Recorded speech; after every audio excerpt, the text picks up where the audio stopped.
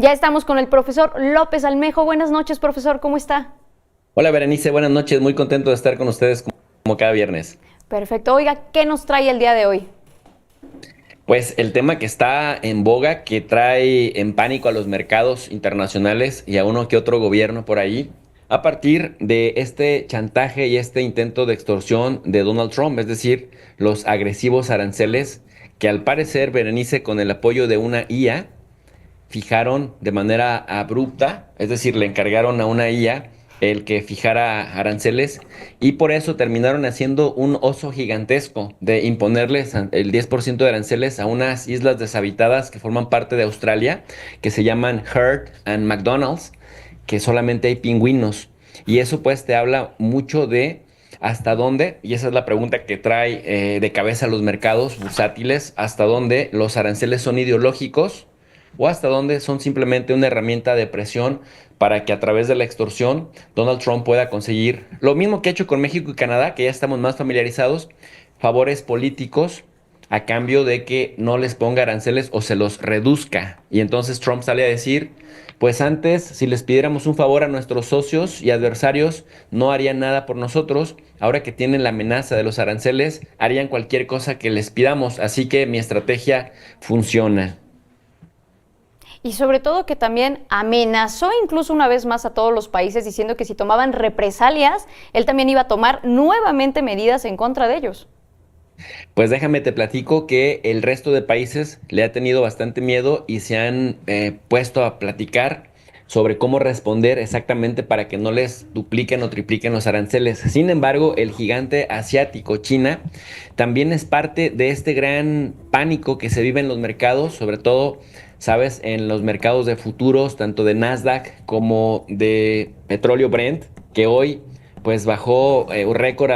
digamos, en los niveles más bajos de su historia y eso que también le podría traer grandes problemas a Estados Unidos porque como en la pandemia, sabemos que los pozos petroleros pues no dejan de producir, estos tienen que seguir produciendo porque aparte de que hay una demanda constante, una vez que se abre un pozo, el pozo tiene que ser pues extraído en su totalidad,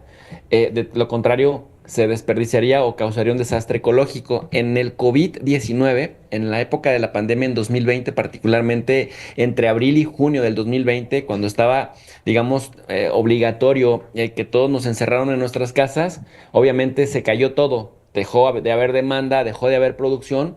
Y los países sufrieron justamente porque, pues aquellos sobre todo que basan sus economías en el petróleo, pues no tenían demanda, se interrumpió la cadena de suministros, etcétera. Bueno, pues ahora pasó algo similar.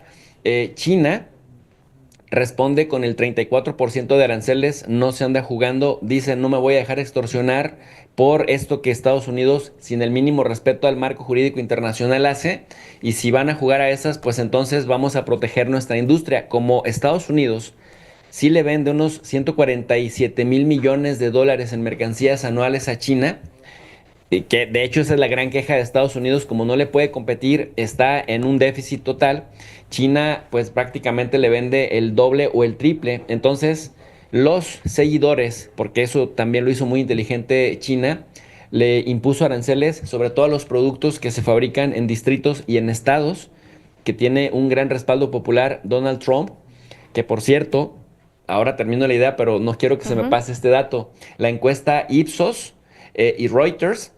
acaban de publicar hoy pues los resultados de la aprobación hacia Donald Trump y parece que ha caído drásticamente al 30% y el nivel de rechazo ya es de 58% porque sabemos que al gringo promedio le pegas en el bolsillo y golpe al bolsillo mata fanatismo, ¿no? Como que abruptamente despertaron y como Donald Trump ha tenido desafortunados comentarios como que no me importa si los automóviles, el precio de los automóviles se dispara, aunque ya cuando lo canalizan entre se calcula que pueden aumentar entre 5,000 y 15,000 dólares dependiendo el tipo de auto. Entonces ya empiezan en un país en donde casi todo el mundo se mueve en auto particular, ya no fue tan gracioso el asunto y como empieza, de acuerdo a lo que dice el presidente de la Reserva Federal del Tesoro, Jerome Powell, a verse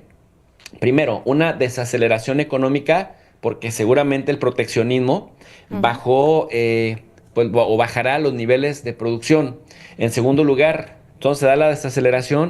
desaceleración constante nos lleva a una recesión técnica, 2 trimestres consecutivos que la economía crezca en cero, sería recesión técnica y en adelante, si eso no mejora, que generalmente tiende a haber una mejora, entonces sería una crisis económica y esa crisis económica es la que asustó así brutalmente a los inversionistas que hoy cuando dijeron, bueno, China ya hizo la retaliación, la represalia en los mercados bursátiles, de inmediato,